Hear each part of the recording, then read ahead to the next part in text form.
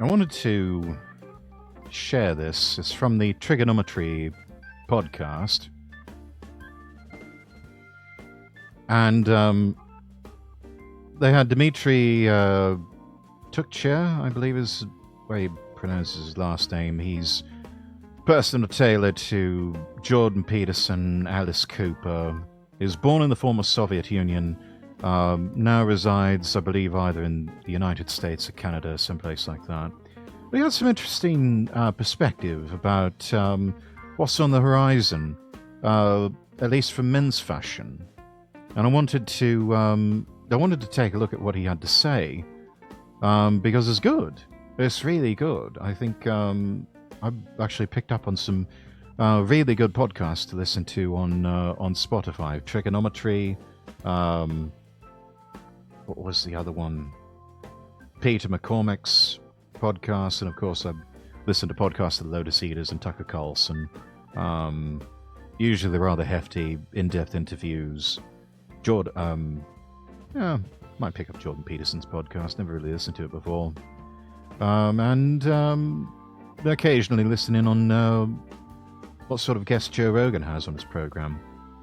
I mean, this is the... I know, wow, how do I find the time to listen to all these? Well, you know, I've got a very quiet office set up, and both at home and in my physical office. And so I've got time, might as well keep something on in the background. I've got that, and usually catching a live stream of side scrollers.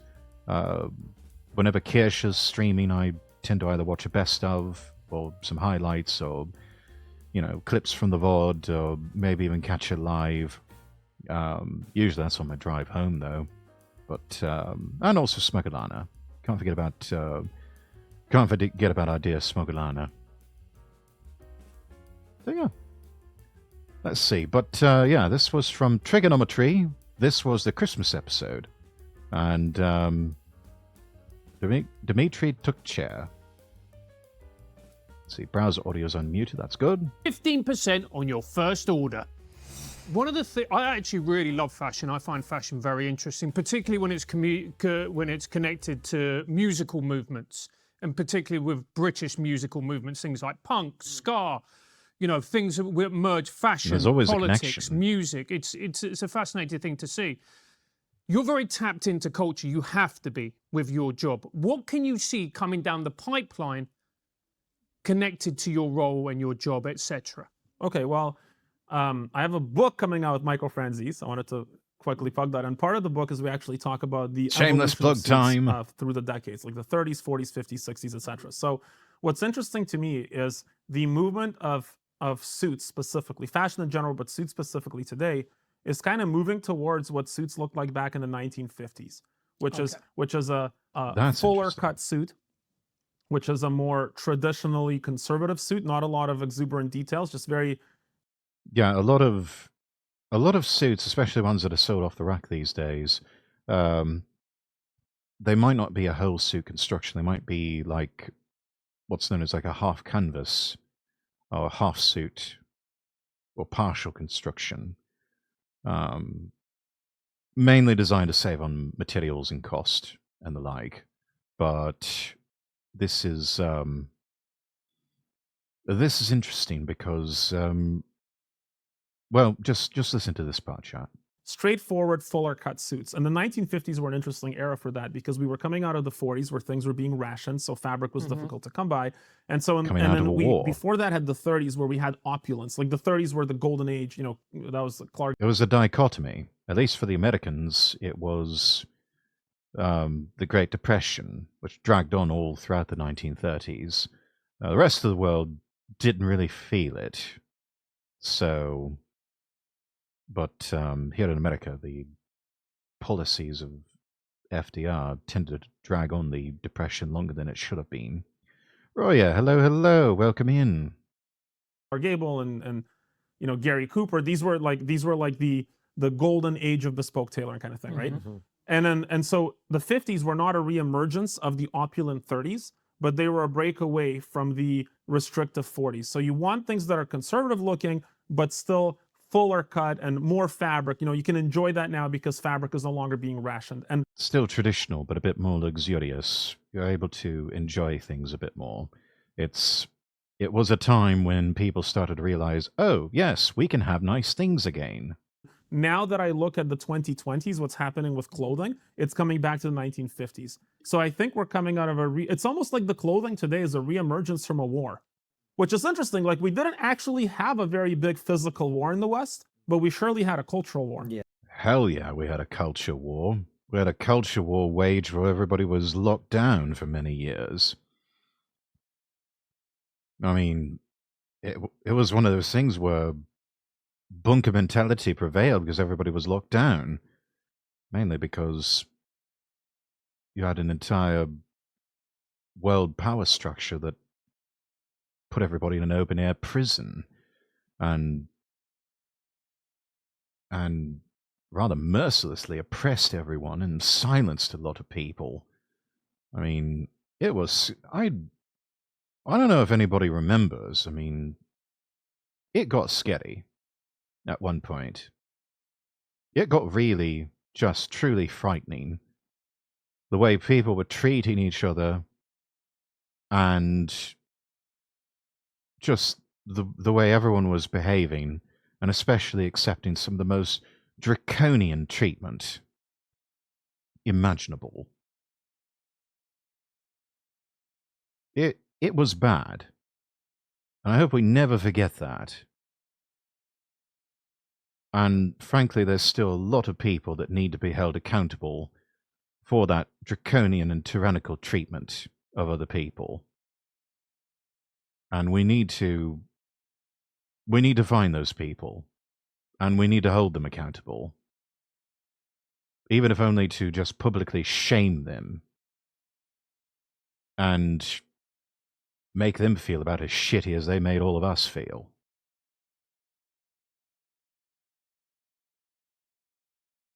And some of you might be thinking, oh, but your lordship, that's so petty. We need to be the bigger person. We need to turn the other cheek. No, I'm sorry. We've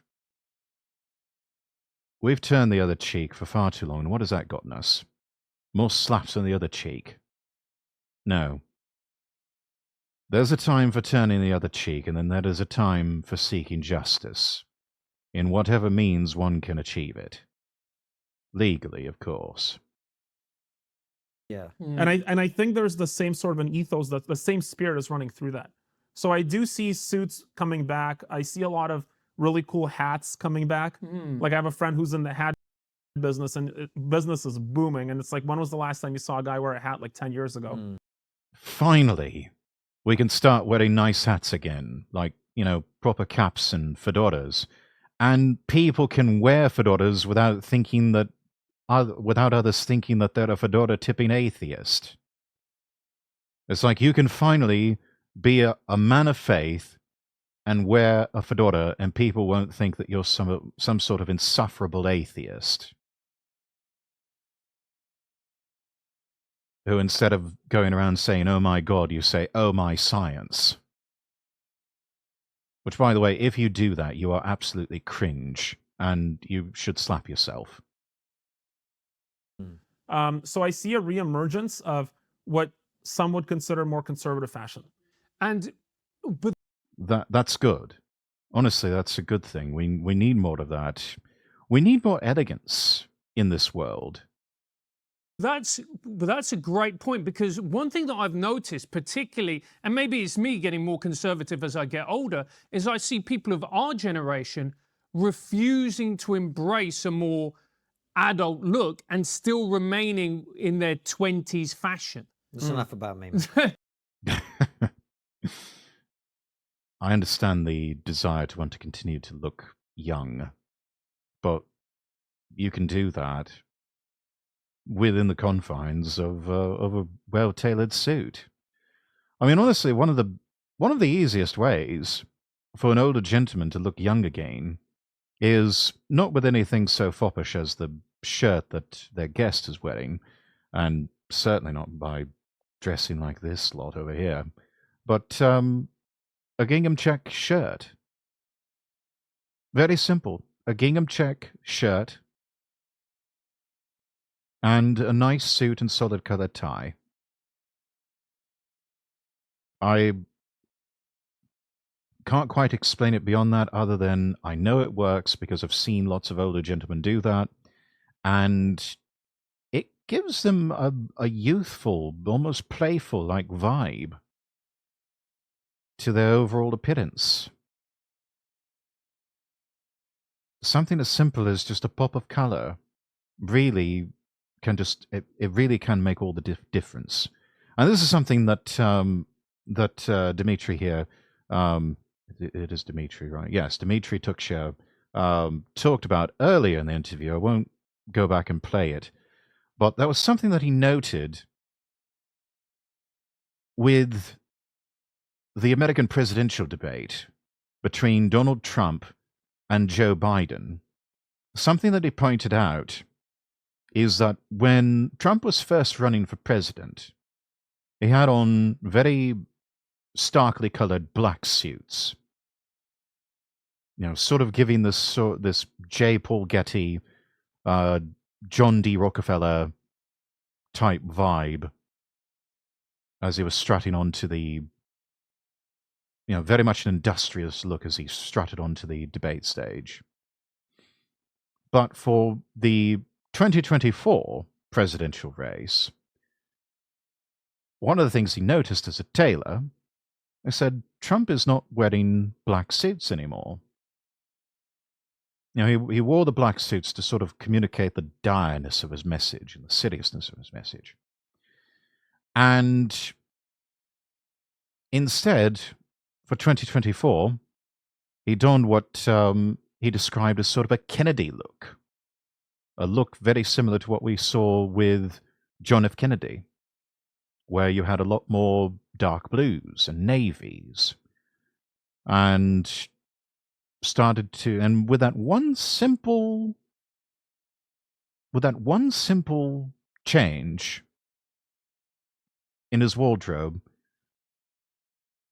also a change in his approach this time around as far as the rhetoric goes, it was a much more optimistic message that he was trying to convey, and a much more optimistic brand that he was trying to convey with his presidential platform. Contrast that to Joe Biden. Biden goes onto the stage, and someone in Dimitri's eyes here made the terrible mistake of choosing to dress Biden in a black suit, white dress shirt, light blue tie. Light blue making sense because blues are the colors most commonly associated with the Democrat Party in America. But the key that he noted, he said Joe Biden was a man who was already struggling with accusations that he was not all there, that he was a man in cognitive decline.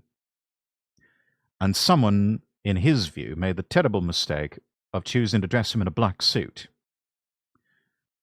And what do we associate black suits with? Funerals.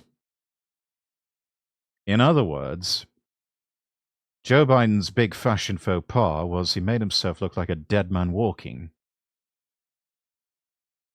Other things he noticed, Biden had button cuffs during the debates. Another indication of loss of motor function in his eyes. Usually people in cognitive decline cannot handle cufflinks. Mr. Trump, on the other hand, opting to wear white dress shirts with his customary gold cufflinks.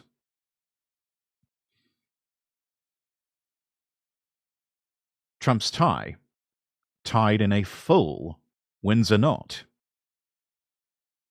whereas Joe Biden's tie opted for the half Windsor knot. Easier to do if you are someone in cognitive decline, and that's if you're not having someone do it for you. Gingham is a very youthful pattern you associated with summer and picnics and easy days. Quite right, Roya, quite right. but such an eye for detail that I really appreciate from their guest on this on these particular topics, and I'm quite glad to see that it seems that the vibe has shifted in terms of fashion to where, hopefully not just for men but for women too, we can see a much more conservative, elegant approach to fashion this coming year, as well as in more years to come. And I actually posted this over the Castle Rexworth Discord, and I've put it quite succinctly here. Wearing a suit and looking your best is the new punk rock. Elegance is the new rebellion.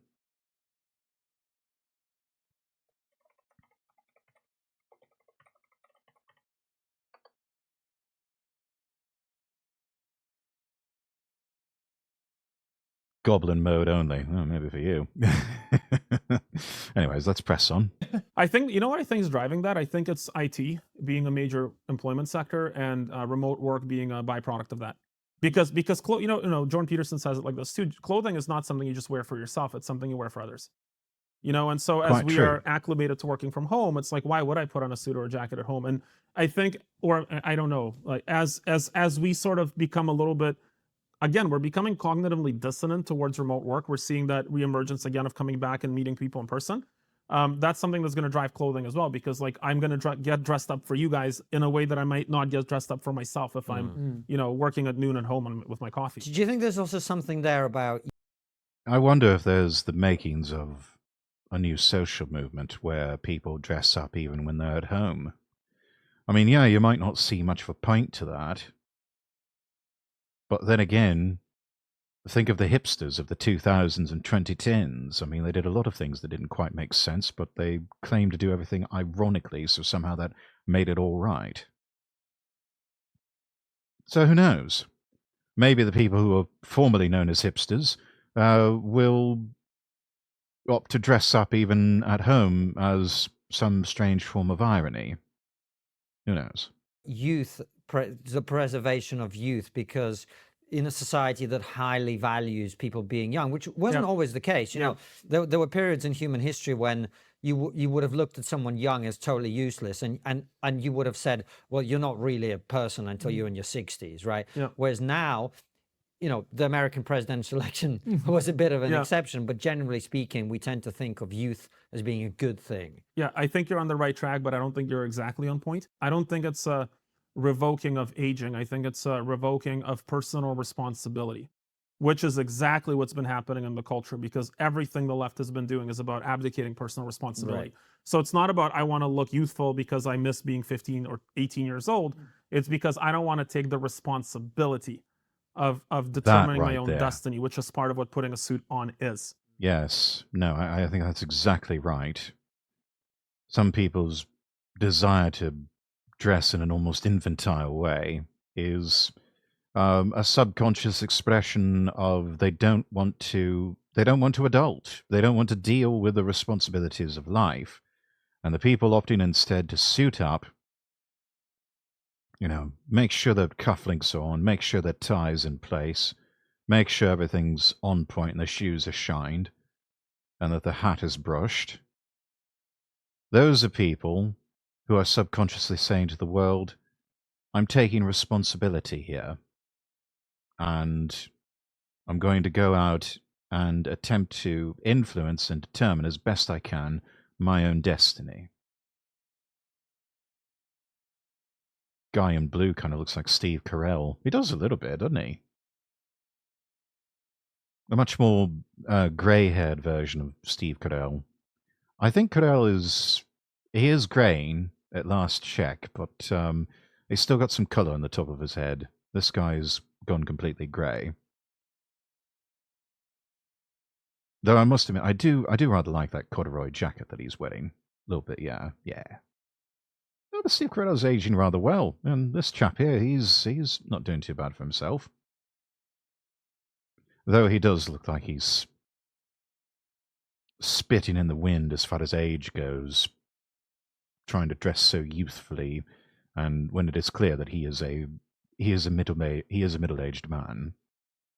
So you're there, you're almost there, but I think it's a cultural thing. That's interesting. Because I You really, see what I mean? I love wearing a suit. So as the show has got bigger, we get invited to more, prestigious occasions. And Constantine went to me, mate, you've got to get a suit. And then when you go and buy a nice suit, it changes the way you hold yourself. It changes the way you move through the world, and Yes. it changes the way you speak. It's a real thing for men. You men watching this stream, I've said it before, I will say it again. A well-tailored suit would take you very far in this world. Whatever money you can scrape together, buy yourself a proper suit. I don't care if it is off the rack. I don't care if it's tailored. There are now options in this age of global trade where there's some places that will be able to make you a made-to-measure suit for less than what it would cost to buy one off the rack at popular brand name labels. Or maybe even at the same price. Like the shirt, like the suit, not sure I like them together. Oh, yes, as far as the guest goes, yes, no, he really must... The suit was nice, but, yeah, definitely should have opted for a white dress shirt and maybe a nice tie. This is something else I'm hoping we see an end to, all these skinny lapels and slim fit everything. And I'm maybe a bit biased because I'm a bit more of a stocky sort of bloke in IRL. But I think one of the worst mistakes we ever did was see this flood of slim fit and extra slim fit everything. I can't stand it. Classic fit. It looked good yesterday, looks good today, it'll look good tomorrow. The same can't be said of skinny lapels and slim fit anything. And you're evoking a spirit of people that are greater than you that build great things. Truly. You know, I had this conversation recently where it's like, it was Jordan Peterson. He said, you know, you're wearing a suit for others to show respect. And I said, I think there's a deeper sense there because look at, you know, in mathematics, if you want to have a It proof, really right, is you a- can prove something is true, show but you of can also prove respect. the opposite is not true, which proves that something might be true, right?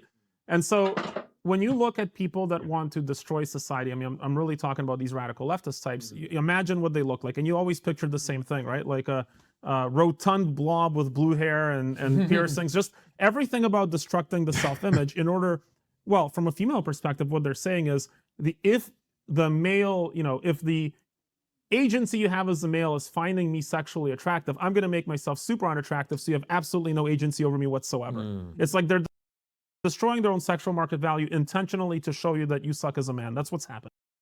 Yeah, and look where it got them. Everyone's just sad and alone. Whereas if they went the opposite direction and tried to make themselves more attractive for men, and men try to make themselves more attractive for women, and just everyone try to make themselves look attractive and take pride in their appearance for the benefit of themselves and everyone else, then what a much more lovelier world we would have. And it just all seems so petty. You're going to make yourself ugly to stick it to the male chauvinist pigs, and yet the only real consequence of that is that you're just going to make yourself look and sound completely insufferable. No one's going to want to be around you, and you're just going to end up sad and alone and surrounded by a bunch of cats that are just going to feast upon your rotting corpse when you die alone. I'm sorry, where is the logic in that? There is none. You have clearly become the victim of some sort of terrible psyop by Western intelligence agencies. It's madness, and it needs to stop.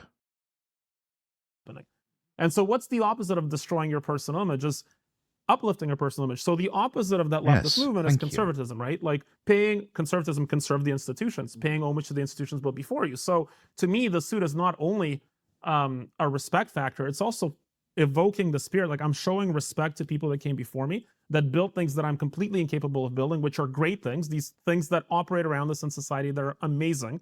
And so it's more than just respect, it's a spirit. And Yes, a spirit very, of very honor, quickly, Francis, like for me, of honoring that I which went to came a before. private school in Vancouver for elementary school, but I didn't belong there. We were immigrants, and so we got like free private school. And so you had all the local, the kids that grew up in the city and their parents grew up, etc. And then you have the weird Russian kids. And I was from Ukraine, and my friends were from Latvia, and in Sarajevo, like from all over sort of the Slavic countries that came to Canada. He was probably lumped in with the And weird my Russian dad, kids. he's an RV technician, like a mechanic at the time. He would take me to school in his 1989 Corolla or Camry, which was, he was getting That ready was the for his working man's overalls. car in those But days. there was a private Still school, is to a so all the other certain kids are being extent. dropped off, with their dads driving a black BMW wearing a suit, and I was like, wow, I want to wear a suit.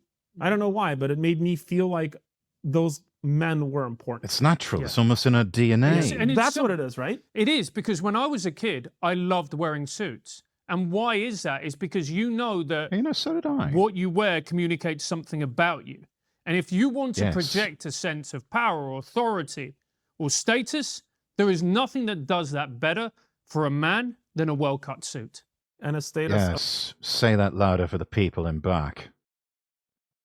Nothing communicates status and power and exudes confidence more than a well-tailored suit. respect for the institutions around you because they're freaking unbelievable. Like, you guys were saying They earlier, really like, are. our camera battery. It seems like, especially these past few years, some of the loudest voices, the loudest minority, to be sure, have been so hell-bent on tearing down our institutions, tearing down our traditions. When so many of those institutions and traditions are what made the Western world so great. They're what made the United States of America so great. They are what made the United Kingdom and the British Empire so great. And why did they do it? Because they were angry. Just out of sheer anger and just to spite people, to spite the native populations and try to stick it to them. And did it satiate their anger? Did it make them feel better? No, they just got even angrier.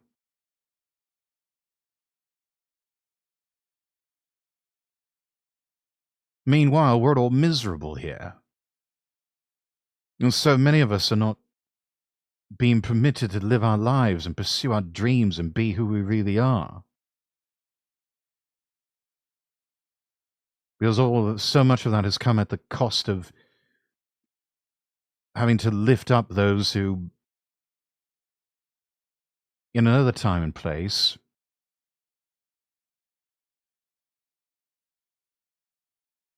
just it never would have happened because they either weren't capable, weren't deserving for some reason,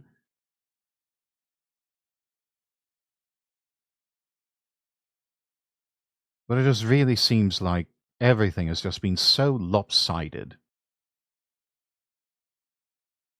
Past 5, even 10 years or more.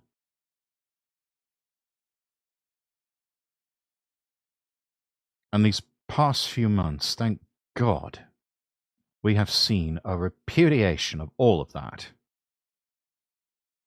With people making their voices heard to say no, no more of this madness. We tried it your way, and look where it got us. It only fucked up things even worse and made us all miserable in the process. So you know what? We're going back. We're rolling out a lot of the old things, going back to some of the old ways. We're going to dust off what works and we're going to use that again. And if you have a problem with it, tough, fuck off. We've seen what happens when you get control of the wheel. Crash the whole bloody thing. Let the adults take over. It's time somebody stood up in the room and said no. Eat your veggies, clean your room, go to bed at a decent hour. Battery's not working. I'm like, how does a battery even work? Like somebody had to make that. Like that's such a important thing for me, right? Like I'm like, I flew here. How does an airplane fly? Like somebody had to build that together with many brilliant minds. These are all institutions around us that we get to enjoy. It's that irony, you know, of that kid typing about how he is an anarchist, but doing it on an Apple computer, like on the greatest thing that's ever been invented that you can hold in your hand. It's incredible. So it's evoking respect. It's Yeah, anarchists aren't real. They're not real people. They're really nothing more than just NPCs and hired guns for the establishment. evoking a better future. It's also evoking a spirit of greatness. I see it in my kids. I've got 2 boys. I took my son with me on a business trip to Hong Kong. This is a good story. We'll get to that in a second. I just want to say this. If you're an anarchist, turn off your computer. Go away.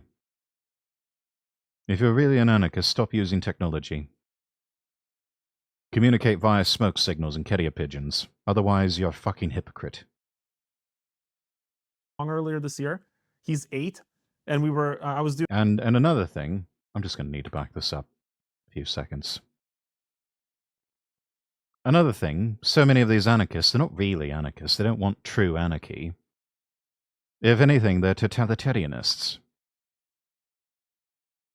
They're tyrants. They're just fascists by another name. They want to overthrow the old systems and replace it with, what? Dictatorship of the proletariat? The usual gay race communism? They're really nothing more than Marxists that are disguising themselves as anarchists.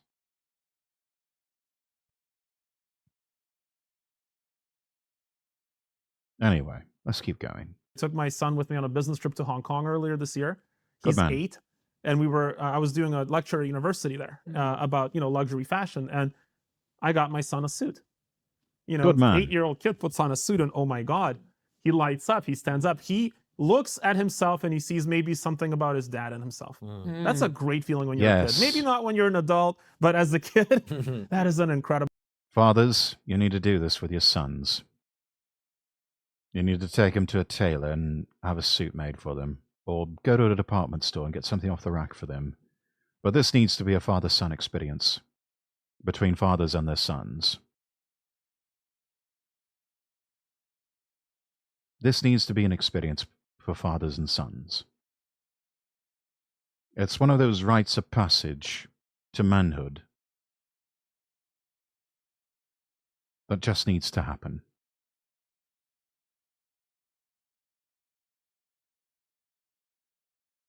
Now, I dare say if it doesn't, then someone's let the sides down. But this is something that fathers need to take the lead and take charge on. Lord knows we've got enough absentee fatherism going on in this world. Feeling. Yeah. And we always talk about how, and people always say, this is the 1930s, this feels like the 1930s in terms of culture. If we look globally, what's happening, the world becoming more unstable. Do you see that reflected in fashion or not at all? No, 100%.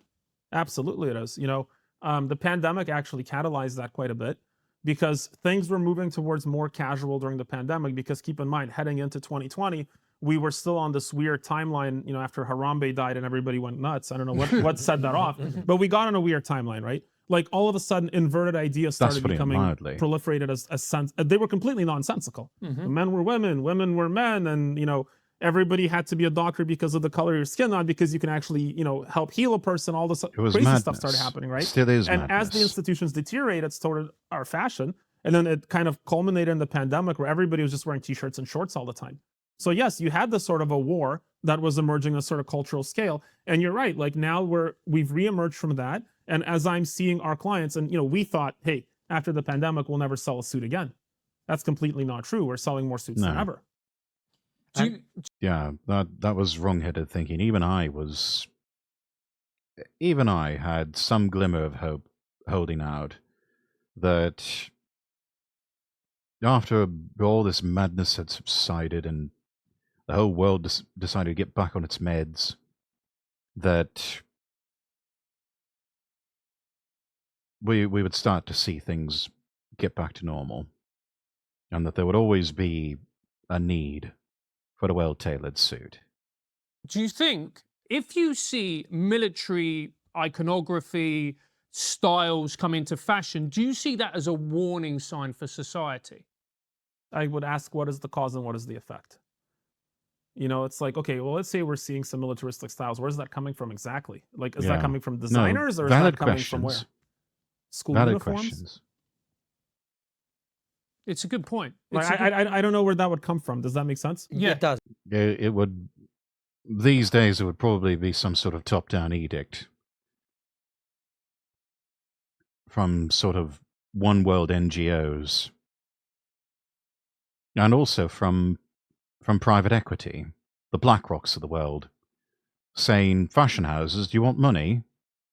Then start amping up the militaristic feel, because we need to gay up a new war into being somewhere in this world. So start upping the militaristic feel of fashion if you want money out of us. That's probably how it would work.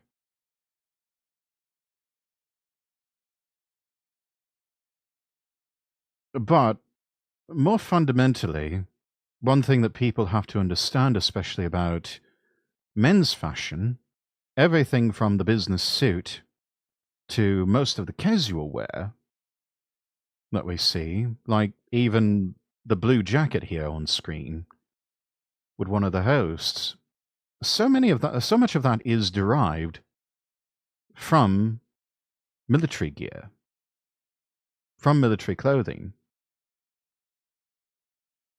The man's suit is a derivative of old-style military uniforms, just adapted for a more civilian setting.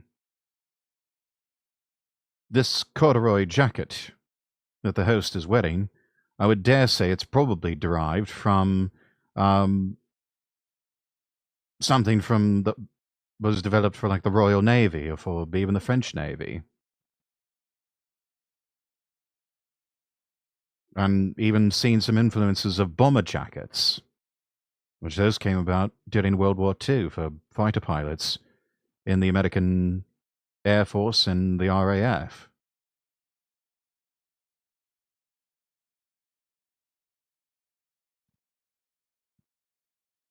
So much of what we know in terms of fashion stems from development for militaristic purposes. Even one thing which I enjoy collecting, which is wristwatches. The idea of a wristwatch was developed during wartime, during the First World War, I believe, which was essentially just taking a pocket watch and attaching straps to it. And from there, the idea of bracelets were developed, and a whole industry was spawned, whereas before it was the pocket watch and nothing.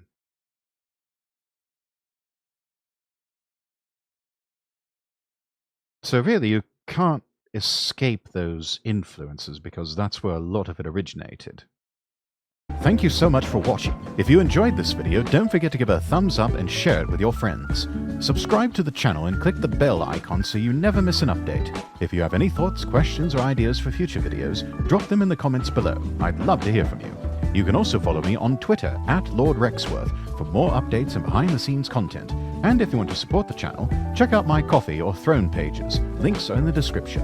Finally, be sure to visit LordRexworth.com and follow me across all platforms. That's LordRexworth.com. Until next time, I wish you all the best, and God bless.